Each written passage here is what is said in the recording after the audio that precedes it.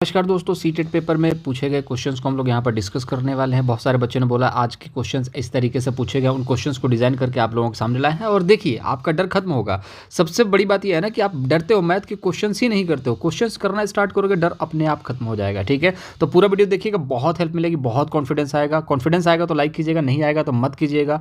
और चैनल को सब्सक्राइब कर लीजिएगा अगर हेल्प मिलेगी तो, क्योंकि यहाँ पर अपडेटेड कंटेंट मिलता है। पहला प्रश्न यहाँ पर है कि 97 में इकाई कितनी है, कितनी इकाइयाँ हैं। अब बच्चे एक ओवर कॉन्फिडेंस में गलती कर बैठते हैं, ये मुझे भी पता है इस चीज़ के बारे में। अब बच्चे क्या कहेंगे, 97 में कितनी इकाइयाँ हैं, तो इकाइयों की बात करेंगे तो इकाई 7 है, तो आंसर मार देंगे 7, जो कि यहाँ पर गलत होने वाला है। इकाई का मतलब क्या होता है, एक। दहाई, दहाई क्या हो गया, 10। तो इकाई का मतलब क्या होता है, एक। दहाई का मतलब क्या होता है, 10। 10 में कितनी इकाई है, तो 10 इकाई है, साफ सीधी बात है। ठीक है, 10 में कितनी दहाई है, तो आपका एक दहाई है, याद रखिएगा। ठीक है, तो याद रखिएगा 97 में कितनी इकाई है, इकाई का मतलब होता है एक, और 97 इंटू 97 कितना हो जाएगा, ऑप्शन नंबर बी। तो अब यहाँ पर आपसे पूछा जाएगा कभी भी कि 97 में कितनी दहाइयाँ हैं। ठीक है, तो दहाइयों की बात करेंगे तो 9 हो जाएगा, इस चीज़ को याद रखिएगा, क्योंकि 10वें प्लेस पर है 97। तो कितनी दहाइयाँ हैं, 7, 9 हो जाएगा। लेकिन इकाइयाँ कितनी हैं, पूरा 97, क्योंकि देखिए एक इकाई है, दहाई है। ठीक है, तो इस चीज़ को याद रखेंगे। ठीक है, तो इकाइयाँ कितनी है, 97 होगा राइट आंसर। तो क्वेश्चन को इतना लाइकली नहीं लेना है। क्वेश्चंस बहुत आराम आराम से अच्छे अच्छे पूछे जाते हैं, कॉन्सेप्ट बेस होते हैं, जिनको बहुत मजा आएगा आपको करोगे तो। चलो मैं सारे क्वेश्चंस करवा रहा हूँ। ठीक है, इनमें से कौन सा शब्द आधा घुमाने पर भी वही पढ़ा जाएगा, इसी तरीके के कॉन्सेप्ट। इसमें कहीं फॉर्मूला लगा क्या, नहीं लगा, लेकिन हमें लगता है कि हमें एक्स प्लस वाई का होल स्क्वायर का फॉर्मूला पूछा जाएगा, बेलन की आकृति का माप पूछा जाएगा, अर्ध अर्ध कहीं ना कहीं अर्धगोले का माप पूछा जाएगा, परिमाप पूछा जाएगा, क्षेत्रफल। इन सब चीज़ों से बाहर निकलिए, वैसे क्वेश्चंस नहीं पूछे जाते। एक आधा पूछ लेगा, उसको छोड़ो, उस पर ध्यान मत दो। ठीक है, अदरवाइज सारा खत्म हो जाएगा। अब देखो, घुमाने पर क्या होगा, आधा घुमाने का मतलब क्या होता है, जैसे ये देखो यहां पर कोई चीज़ है। ठीक है, यहां पर कोई चीज़ है, इसको आधा कैसे घुमाओगे, आधा घुमाओगे तो क्या होगा, आधा घुमाओगे तो ये चीज़ क्या होगी, पलट जाएगी। ठीक है, मतलब कि आधी हो जाएगी। और पूरा घुमाओगे तो चीज़ वहीं की वहीं आ जाएगी। अब एक सवाल बना दे आपसे कि इनमें से कौन सा शब्द है जो पूरा घुमाने पर, जैसे कि पूरा घुमा दिया जाए तो सेम पढ़ा जाए। तो सारे शब्द हैं, जैसे कि ए है, ए को अगर पूरा घुमा दोगे तो फिर तो 360 में घुमा दोगे तो वो तो ए ही बन जाएगा ना। किसी चीज़ को घुमाओगे तो वो तो ए ही बन जाएगा। ठीक है, जैसे कि ए है, ठीक है, दिखा, जैसे कि ए है। ठीक है, इसको आपने ऐसे घुमा दिया तो ऐसे हो जाएगा, फिर ऐसे हो जाएगा आधा घुमा देने से, फिर आपने थोड़ा सा और घुमाया, फिर आपने पूरा घुमा दिया, फिर पूरा घुमाने से क्या हो गया, वो तो फिर से वही हो गया। लेकिन यहाँ पर बोला है आधा घुमाना है, मतलब इसको सेम उल्टा कर देना है। ए है, इसका आधा घुमाओगे तो क्या हो जाएगा, ऐसे। तो आधा घुमा देने पर भी वो सेम दिखाई दे तो वो ये है स्विंग। इसको अगर आधा घुमा दिया जाए तो भी ये स्विंग दिखाई देगा। ये राइट आंसर है, और आप सबने बना भी लिया होगा। लेकिन मुद्दा ये नहीं है, मुद्दा ये है कॉन्फिडेंस आने का। क्या वो कॉन्फिडेंस आ रहा है, आएगा, देखिए आगे और आएगा। इस तरीके के सवाल बनते हैं, 4 अंकों की सबसे छोटी संख्या और 2 अंकों की सबसे बड़ी संख्या का अंतर। तो 4 अंकों की सबसे छोटी संख्या क्या है, 1 है, और आगे जो है यहाँ पर 3 जीरो। कितने अंक हो गए, 4 अंक हो गए। अब इसमें हम 1 घटा देंगे ना तो ये 999 हो जाएगा, मतलब कि क्या हो जाएगा, 3 अंकों की बड़ी से बड़ी संख्या। अब यहाँ पर बोला क्या है, 4 अंकों की सबसे छोटी संख्या हो गई, ठीक है, और 2 अंकों की सबसे बड़ी संख्या।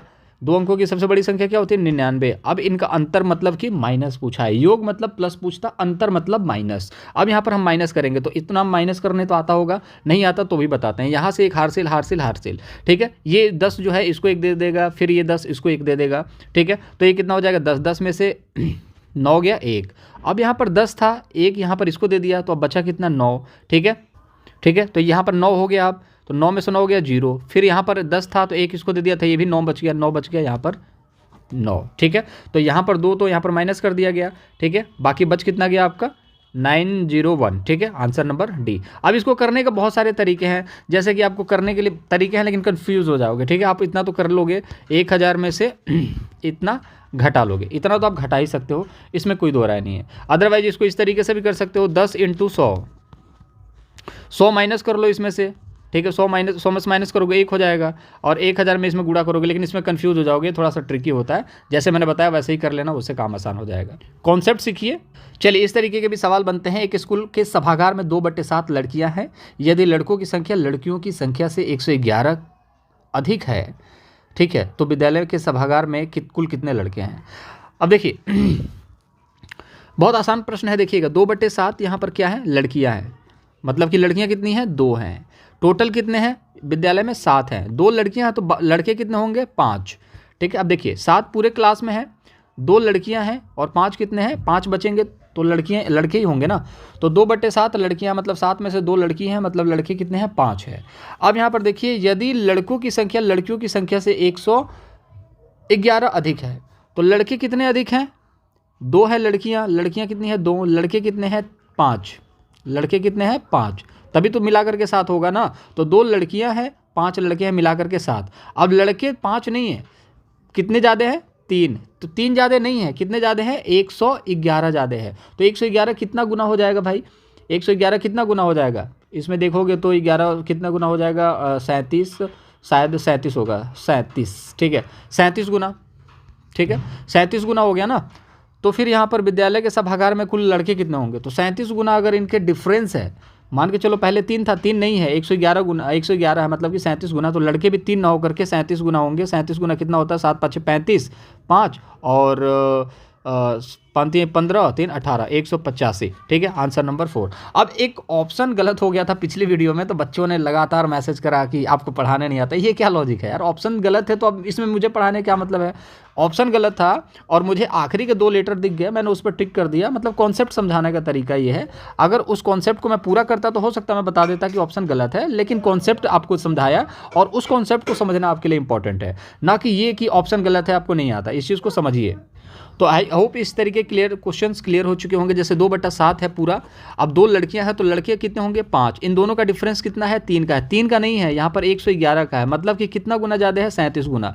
तो लड़के कितने होंगे, 37 गुना ज़्यादा, लड़कियाँ कितनी होगी, 37 गुना ज़्यादा, मतलब 2 ना होकर के 74 लड़कियाँ हो जाएंगी, लड़के 185 हो जाएंगे। दोनों को जोड़ दिया जाएगा तो यहाँ पर 7 गुना जितना भी निकलेगा उतना आ जाएगा, ठीक है। इस तरीके का प्रश्न कल भी मैंने आप लोगों को करवाया था, ठीक है। एक विभाजन के प्रश्न में भाजक भागफल का 6 गुना है और शेषफल का 2 गुना है, यदि शेषफल 6 है तो संख्या क्या होगी। मैंने आपको कल भी बताया था कि ये देखिए, ये होता है भाजक जो भाग करता है, भाज्य जो होता है आधा होता है, इसको छील करके पूरा करना पड़ता है, आधा ही है, और बाकी ये आपको पता ही है भागफल है, और ये आपका यहाँ पर आ जाता है शेषफल, ठीक है। अब मैंने आपको बताया था शेषफल है, अब मैंने बताया था इसको गुणा करके इसको जोड़ दिया जाता है तो आपका भाज्य निकल जाता है। अब यहाँ पर पूछा क्या है देख लेते हैं। प्रश्न में भाजक भागफल का 6 गुना है और शेषफल का 2 गुना, यदि शेषफल इतना है तो संख्या क्या होगी। तो भाज्य ही पूछा है तो आसान हो जाएगा, इन दोनों का गुणा करोगे और ये जोड़ दोगे। कहने का मतलब है, एक बार और दोबारा से समझा देता हूँ। जैसे 25 है तो यहाँ पर आप क्या करोगे, 6 से इसको भाग देना, तो 6 से कितने बार में जाएगा, 4 बारी में जाएगा, और कितना हो जाएगा, 6 चौके 24 और 1। तो कहने का मतलब क्या होता है, जो शेषफल होता है ना हमेशा प्लस होने का काम आता है, और भाज्य निकालना है तो भाजक और भागफल में हमेशा मल्टीप्लिकेशन होगा। तो 6 में 4 का गुणा करेंगे तो 6 चौके 24 और 1 प्लस जोड़ देंगे शेषफल तो 25 हो जाएगा। उसी तरीके से करना है। अब सवाल तो थोड़ा सा टेढ़ा है, और यहाँ पर देखिए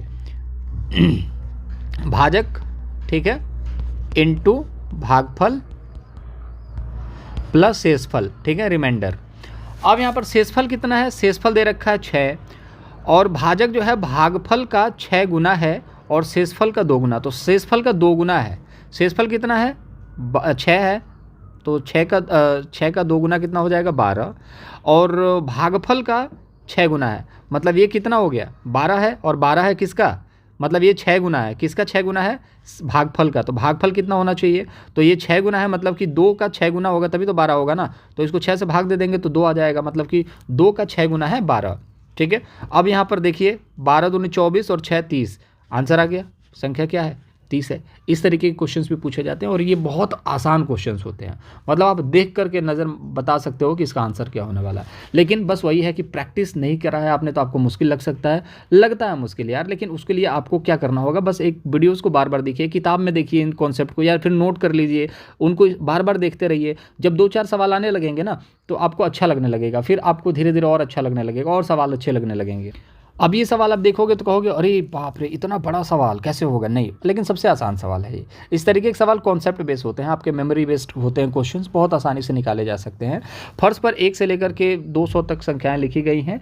3 दोस्त हैं, विनोद, नीतू और प्रेम संख्याओं पर कूदना शुरू करते हैं। जैसे 1 से लेकर के 200 तक संख्याएँ लिखी गई हैं, ठीक है। अब यहाँ पर देखोगे चलो 1 से लेकर के 200 तक संख्याएँ लिखी गई हैं, ठीक है। अब यहाँ पर विनोद है, नीतू है और प्रेम है, ये दोनों संख्याओं पर कूदना स्टार्ट करते हैं। 83 पर है, मान के चलो 83 पर है कौन, अपना विनोद 83 पर है, और 7वीं बार हर 7वीं पे छलांग मारता है, फिर 90 पे मारेगा, फिर 97 पे मारेगा, फिर 104 पर मारेगा, ठीक है, ऐसे छलांग मारता है। और नीतू जो है 95 पर है और हर 5वें पर छलांग मारती है, तो 100 पर मारेगी, फिर 105 पर मारेगी, फिर 110 पर मारेगी, ठीक है। और प्रेम जो है 80 पर है और वो हर एक तीसरी पर छलांग मारता है, ठीक है, हर तीसरी पर छलांग मारता है। तो तीसरी पर छलांग मारेगा तो 83 पर जाएगा, फिर 86 पर जाएगा, फिर 89 पर जाएगा। तो जिस सामान्य संख्या पर कूदेंगे वो संख्या क्या होगी, तो इसको हम आगे करते जाएंगे और जहाँ पर वो संख्या मिलेगी वो हमारा डिवाइड हो जाएगा। तो देख लेते हैं फटाफट। तो यहाँ पर आप देख सकते हैं जैसे जैसे मैंने यहाँ पर 83 में 7 जोड़ा तो 90, 97, 104, 111, 118 और 125 यहाँ पर देखने को मिला। फिर यहाँ पर हम 95 में 5 जोड़ेंगे तो 100, 105, 110, 115, 120, 125 यहाँ पर आ गया। फिर 83 में 3 जोड़ेंगे 86, 89, 92, 95, 98, 1, 4, 7, 10, 13, 16, फिर उसके बाद 19, फिर 22 और 25। तो यहाँ पर भी 125। तो 125 वो संख्या होगी जहाँ पर तीनों एक साथ कूदेंगे वो नंबर होगा। तो राइट आंसर होगा ऑप्शन नंबर बी। इस तरीके के क्वेश्चंस बनेंगे। आपको 1 नंबर फ्री के देंगे, थोड़ा सा 1 से 2 मिनट आपका लेंगे, लेकिन नंबर तो एटलीस्ट दे रहे हैं ना, तो उसको देखना इंपॉर्टेंट है। चलिए यहाँ पर एक प्रश्न है, यहाँ पर इसको देखेंगे कि शिक्षक कक्षा को बताता है कि विश्व की सबसे ऊंची इमारत की ऊंचाई 828 मीटर है। राजू उत्तर देता है यदि हम एक के ऊपर अपनी कक्षा को लगाएं तो कक्षाएं जो हैं 120 कक्षाएं उस इमारत को ढक लेंगी। राजू की कक्षा की ऊंचाई बताइए। आसान क्वेश्चन है, देखिए कैसे करना है।